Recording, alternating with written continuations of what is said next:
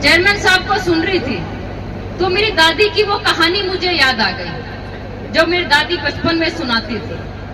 बोले बेटा, एक चिड़िया थी, जंगल में आग लगी हुई थी और वो चिड़िया अपने चोंच में पानी डाल रही और जंगल के अंदर आग बुझाने के लिए वहां पे डाल के आ रही। एक बार डाल दिया, 2 बार डाल दिया, उसको कम से कम 100 बार हो गया। और एक बंदर था जो पेड़ पे बैठा हुआ उस चिड़िया को देख रहा था और उसने उस चिड़िया को बुलाया। बोला, अरे चिड़िया क्यों बावली हो रही है? बोले, तेरे इस एक चोंच से जंगल की आग कहाँ बुझने वाली है? तो उस चिड़िया ने बहुत ही खूबसूरत जवाब दिया, मुझे लगता है कि आप लोग समझ जाएंगे। उस चिड़िया ने कहा कि इतिहास में जब नाम लिखा जाएगा तो मेरा नाम आग लगाने वालों में नहीं, आग बुझाने वालों में लिखा जाएगा। तो मैं इन ग्राम वासियों को कहना चाहती हूँ कि आपका जो वोट है वो आग लगाने वालों को नहीं, आग बुझाने वालों को दीजिए। और वो आग बुझाने वाली अगर कोई पार्टी है, सबका साथ, सबका विकास, सबका विश्वास जीतकर अगर कोई पार्टी आगे बढ़ रही है तो वो भारतीय जनता पार्टी। ऐसा कोई नेतृत्व है जो सबको साथ लेके चलता है, सबका विश्वास जीत के चलता है, सबके सामूहिक विकास करता है, तो वो आदरणीय प्रधानमंत्री नरेंद्र मोदी जी।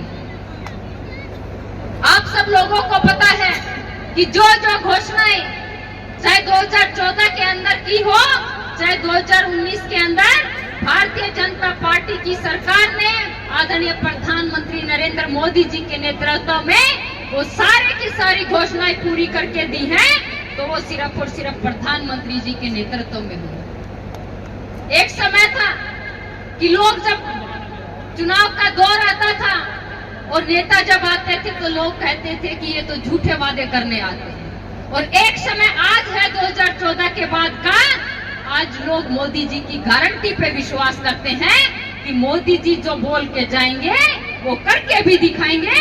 ये विश्वास आप लोगों ने अपने वोट के बलबूते दिया। तो मैं कहना चाहूंगी, आपके इस इंड्री के अंदर आपका भारतीय जनता पार्टी का न कोई विधायक था, न कोई आपका यहाँ पे मंत्री था, लेकिन बावजूद इसके भी भारतीय जनता पार्टी की सरकार ने मुख्यमंत्री नायब जी के नेतृत्व में, प्रधानमंत्री नरेंद्र मोदी जी के नेतृत्व में इंड्री के अंदर और आप लोगों के गांव के अंदर उपमंडल का दर्जा इंड्री को दिया है। तो वो आप लोगों ने दिया है, वो भारतीय जनता पार्टी की सरकार ने दिया है। ये हमारे जिला अध्यक्ष जी बैठे हैं, इन्होंने बताया था कि हमारे यहाँ पे एक बहुत बड़ा मेडिकल कॉलेज भी आया था, लेकिन उसको भी विधायक के पास, आपको पता है कि पूरा काम करवाने का जिम्मे तो विधायक का होता है, लेकिन उसने काम नहीं करवाए, ये सोच के काम नहीं करवाया कि अगर इन लोगों का अगर विकास हो गया और ये मजबूत हो गए तो तुम्हें कोई पूछने वाला नहीं है। इसलिए उन्होंने आप लोगों का 70 सालों में ना विकास किया है, न कभी करेंगे। और भारतीय जनता पार्टी का एक ही मकसद है, चाहे किसी भी क्षेत्र में हो, हमारा विकास होना चाहिए, हमारे लोग आगे बढ़ने चाहिए और हमारे लोगों का जो विश्वास है वो जीत के हम विकास करके दिखाएंगे। और वो करके दिखाया है जब आपने प्रधानमंत्री नरेंद्र मोदी जी को नेतृत्व दिया। अभी मैं जिलाध्यक्ष जी को सुन रही थी, जिस प्रकार जिलाध्यक्ष जी ने कहा कि प्रधानमंत्री जी जब विदेश में जाते हैं तो कहीं ना कहीं वो हमारी मजबूती दिखाई देती है। चाहे वो पापुआ गिनी के राष्ट्रपति हो, हमारे प्रधानमंत्री के अगर पैर छूकर आशीर्वाद लेते हैं तो ये अपने आप में दिखाता है कि हम कितने आगे बढ़ गए हैं। आज पूरी दुनिया जो है वो भारत को सलाम करती है, पूरी दुनिया जो है वो भारत को एक आश और उम्मीद की तरह देखती है। अगर रूस और यूक्रेन का युद्ध है, चाहे हमारे इधर इजराइल और हमास का युद्ध है, अगर कहीं आश और उम्मीद की तरफ देखते हैं तो वो भारत को देखते हैं कि भारत हमारी मदद करेगा, भारत हमें सपोर्ट करेगा। ये मजबूती आप लोगों ने प्रधानमंत्री जी के हाथ मजबूत करके दी। तो मैं एक बात और कहूंगी कि 2014 से पहले का अगर आप सोचेंगे, और मुझे लगता है कि जो जवाब मुझे मिला मेरी अंतरात्मा से। आप लोग अपने आप से भी पूछिए कि 2014 से पहले अगर हम सोचते हैं कि इस भारत देश को कोई चला रहा था या फिर अपने आप चल रहा, तो अंदर से एक ही जवाब आता था कि इस देश को कोई चला नहीं रहा बल्कि भगवान के भरोसे चल रहा है। और वही सवाल अगर 2014 के बाद अगर अपने आप से करते हैं तो जवाब ये मिलता है कि इस देश को कोई चला नहीं रहा बल्कि दौड़ा रहे हैं वो प्रधानमंत्री नरेंद्र मोदी जी।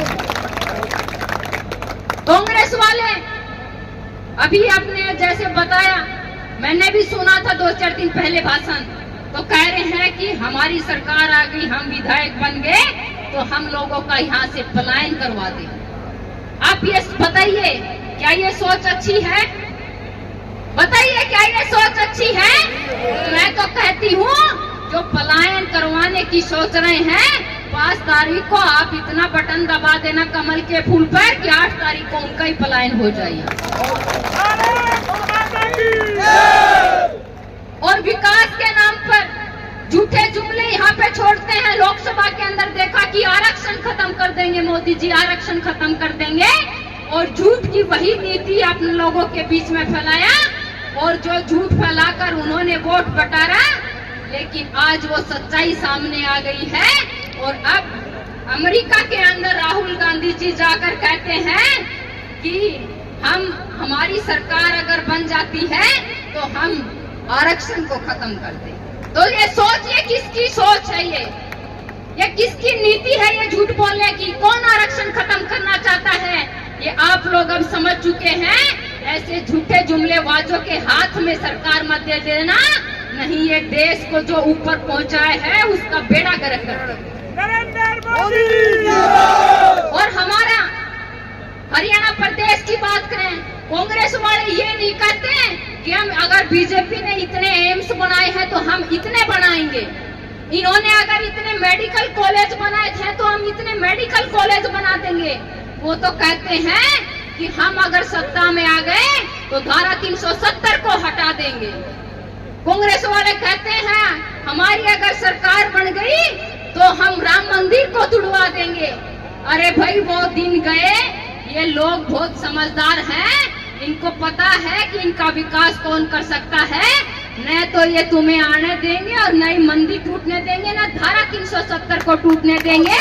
ये वो देशभक्त लोग हैं, ये वो मजबूत लोग हैं जो जिसके साथ खड़े हो जाए दुनिया की कोई ताकत उनको जिताने से नहीं रोक सकती। और आप लोगों का जोश जो मैंने देखा, मैं आश्वस्त हूँ कि वास्तव में आप बड़े भाई संजय सिंह जी को भारी बहुमत से जिता के भेजेंगे। और एक बात और कहती हूँ 2 लाइनों में, और उसके बाद अपने भाषण को विराम दूंगी, कि जो लोग सफर की शुरुआत करते हैं, जो लोग सफर की शुरुआत करते हैं अक्सर वही मंजिल को पार करते हैं। संजय भाई आप आगे चलने का हौसला रखिए, मेहनती लोगों के ये तो रास्ते भी इंतजार करते हैं, ऐसे भाई होने चाहिए। और आखिर में यह कहूंगी, दिवाली आने वाला है, दशहरा आने वाला है, और क्या करें ना कि छोरी जब कुछ मांगन आ जा तो खाली हाथ नहीं भेजा करें। हमने सीधा कोथली तो दे दिया, लेकिन एक कोथली में अपनी तरफ से मांगन आई हूँ उतारते रहे, दोगे कि नहीं? अन्यू क्या करे, जो छोरी चाहे अपनी हो चाहे पराई हो चाहे गांव की हो, और जब भाई ना हो न्यू गांव में आके रोन लाग जाए, न्यू कह दे आग मेरा तो भाई को नहीं भात भर दियो, पूरा गांव का गांव उठ के चल पड़ता है। आप वो लोग हो समाज के, अगर बहन बेटी कुछ मांगने आ जाए तो उनको इनकार नहीं करोगे। तो आप लोगों से आग्रह करने आई हूँ कि आने वाली 5 तारीख को पूरे हरियाणा के अंदर आवाज जानी चाहिए। इस गांव ने इतना वोट दिया है संजय भाई को, दबा दब कमल के फूल पर इतना बटन दबाना, हरियाणा के अंदर आपके गांव का नाम सुनाई दे कि उस गांव ने इतना सबसे ज्यादा वोट जो है संजय भाई को, खेड़ा गांव ने जो है, खेड़ा खलीलपुर गांव ने संजय भाई को इतनी भारी बहुमत से जिता के भेजा है, शायद कोई और भी ना जिता पाया। एक दूसरे की वोट होनी चाहिए कि संजय भाई को हमें ज्यादा से ज्यादा वोटों से जिता के भेजना है। और इतनी ही बातों के साथ अच्छा, अभी अभी मैं एक गांव में और जाकर आई थी जिसमें बिल्लू पहलवान जी थे, आलदो गांव क्या। तो उसमें मुझे पता चला बिल्लू पहलवान जी सबसे बड़े पुराने जो थे पहलवान रहे हैं, आज तो नहीं है, लेकिन उनके भाई से मिले तो उनके भाई के भी कान टूटे हुए। तो मैंने कहा वो पहलवान नहीं थे, पहलवान तो आप भी दिख रहे हैं, आपके भी कान टूटे हुए हैं। और मुझे तो पता, मेरे तो दोनों टूटे हुए हैं। मुझे ये पता कि पहलवान अगर आ जावे तो पहलवान ने भी गाँव वाले इतने सपोर्ट करा करे, जान तो मारा छोरा है, उसने कदे भैंस दान में दे दिया करते, कदे घी का पिप्पा दे रहा है, पहलवान बन जाएगा। तो तारे बना रहे हैं। तो मैं कहूंगी एक सबसे बड़ा फेवरेट गाँव है, तो हमने सुनोड़ा भी होगा, जो दंगल फिल्म किस किस ने देखी है? अच्छा, सारा ने देखी है।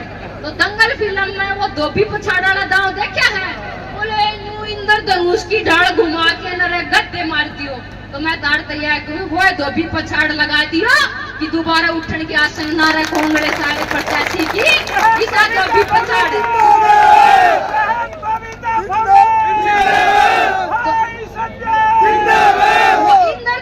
की तरह आप लोगों ने घुमा के न धोबी पछाड़ देना है, इतना ही आप लोगों का कहना था।